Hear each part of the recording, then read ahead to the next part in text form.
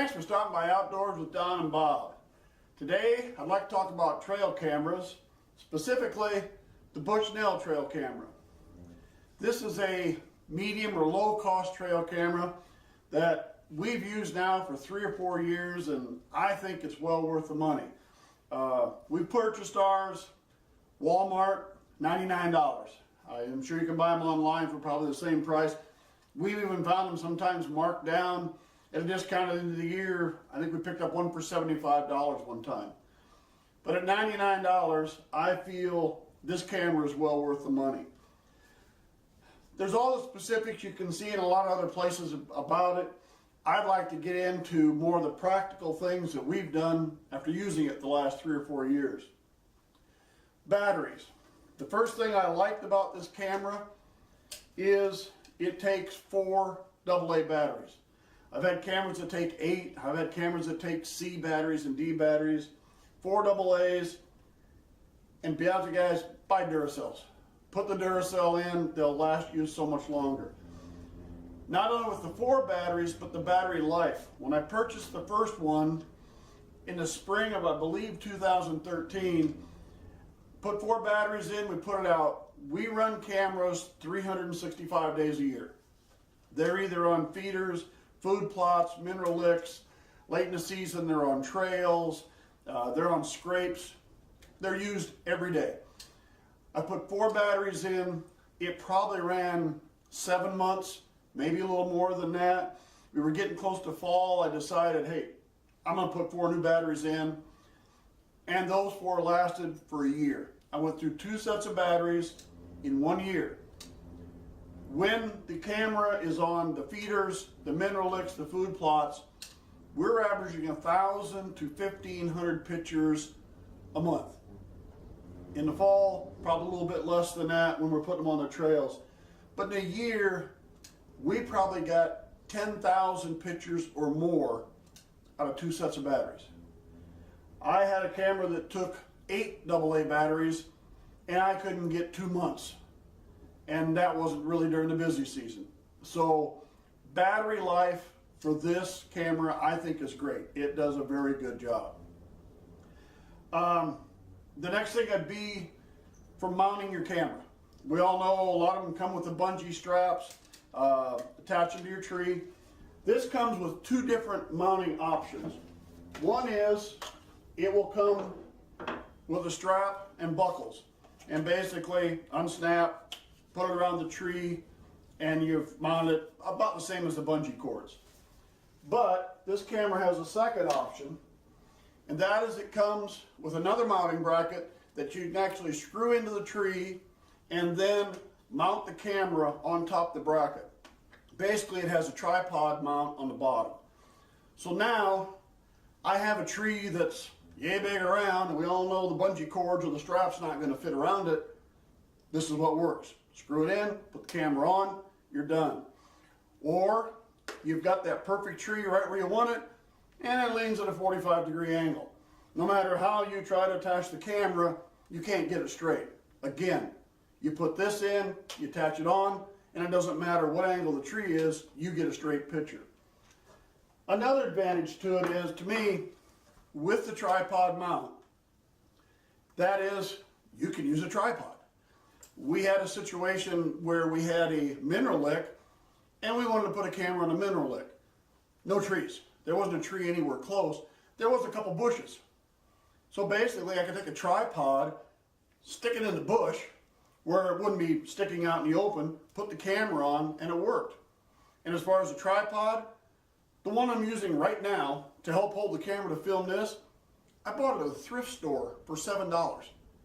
I was amazed.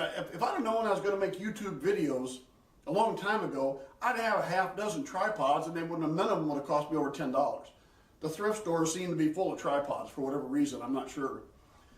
But you can buy a tripod for under $10, put it out in the woods, you can put your camera on it. Another solution, if you have watched any of my fishing videos, there's times I'm standing on the bank casting and the camera's over here. It's not on a tripod. I use a piece of 1/2-inch PVC pipe, about 5 feet long. I put a cap on the end there's a 1/4-inch bolt in the cap.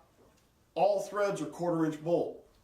I screw my GoPro camera onto that, I stick it in the mud, and I stand and I fish and it videotapes me.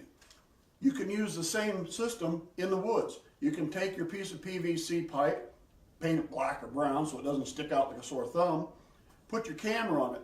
Now, okay, I can't shove it down in the lake, I'm shoving it in the mud, but I'm down in the woods, I can't do that. How many times have you been in a situation, there's a dead tree branch laying there, there's a tree branch about the size of your wrist or like that, about 3 feet off the ground. I thought, boy, if I could just put my camera on, that'd be great. Now you put the camera on the PVC pipe, you stick it in the ground, and you take a bungee cord and you tie it to the stick, to the branch where it's laying there. That option gives you so many ways that you can mount this camera, whereas a camera that just has the bungee straps on it, I think is rather limited. So that's another really good feature for this.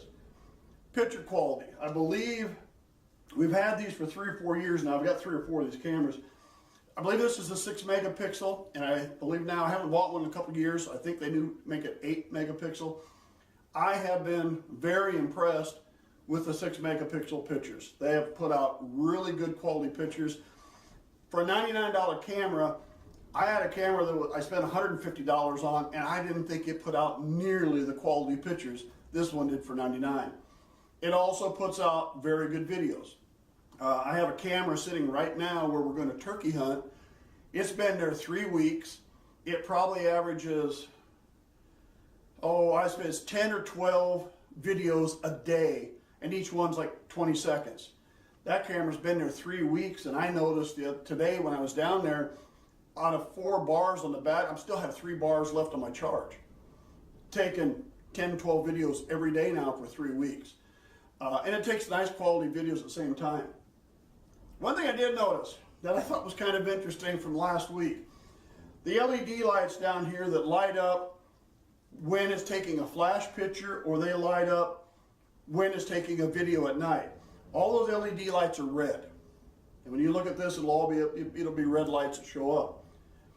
I had one thing interesting the other night is, if we've done any predator hunting, they've always say, hey, you use a red light or a green light because predators can't see those lights, so that's what you want to use for your light.